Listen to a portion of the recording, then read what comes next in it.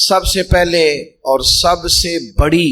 اس حقیقت کو سمجھ لیں کہ اس کائنات کا خالق اللہ تعالیٰ، یہ سب سے بڑی حقیقت ہے۔ اس حقیقت کے سائے میں جو لوگ زندگی گزارتے ہیں وہ لوگ کبھی بھی دشواریوں کا شکار نہیں ہوتے، کبھی بھی الجھاؤ کا شکار نہیں ہوتے۔ سب سے بڑی حقیقت یہ ہے کہ اللہ ہمارا رب ہے، خالق ہے، مالک ہے، رازق ہے، اور پھر سب سے بڑھ کر رحمان ہے اور رحیم ہے، پھر سب سے بڑھ کر غفار ہے اور ستار ہے۔ اس حقیقت کو سمجھ لیں۔ اللہ تعالیٰ نے قرآن مجید میں اس حقیقت کا اس طرح اظہار فرمایا کیف تکفرون باللہ وکنتم امواتا فاحیاکم، تم کس طرح اللہ کا انکار کرتے ہو حالانکہ تم بے جان تھے، اس نے تمہیں زندگی عطا کی،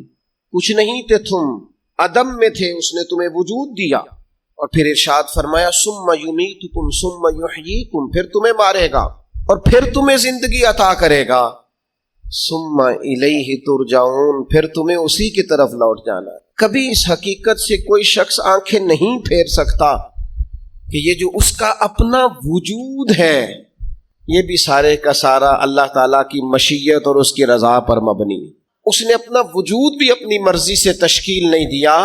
قد کاٹ اپنی مرضی سے تشکیل نہیں دیا، حسن و جمال اپنی مرضی سے تشکیل نہیں دیا، تو پھر کیسی عجیب بات ہے یہ روزمرہ کے معاملات اپنی مرضی سے تشکیل دینا چاہتا ہے۔ اسے چاہیے کہ جس طرح اس کا وجود، اس کا حافظہ، اس کے چہرے کی ساخت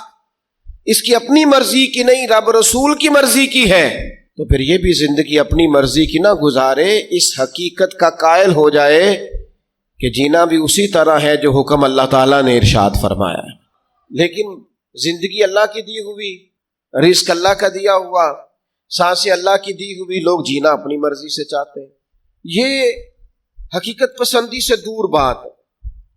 جس شخص نے جو مشینری بنائی ہے آپ اسی سے پوچھیں گے اس کو کیسے چلانا ہے، آپ اسی سے دریافت کریں گے کہ کیا چیز استعمال کرنے سے صحت ٹھیک ہوگی، کیا استعمال کرنے سے خراب ہوگی، آپ اسی طبیب حکیم کے مشورے سے چلیں گے۔ ہم من چاہیے زندگی چاہتے ہیں، تو سب سے پہلے تو اس حقیقت کو سمجھ لیں کہ کائنات کا رب، اور جب بنائی اسی نے ہے تو چلے گی بھی اسی کے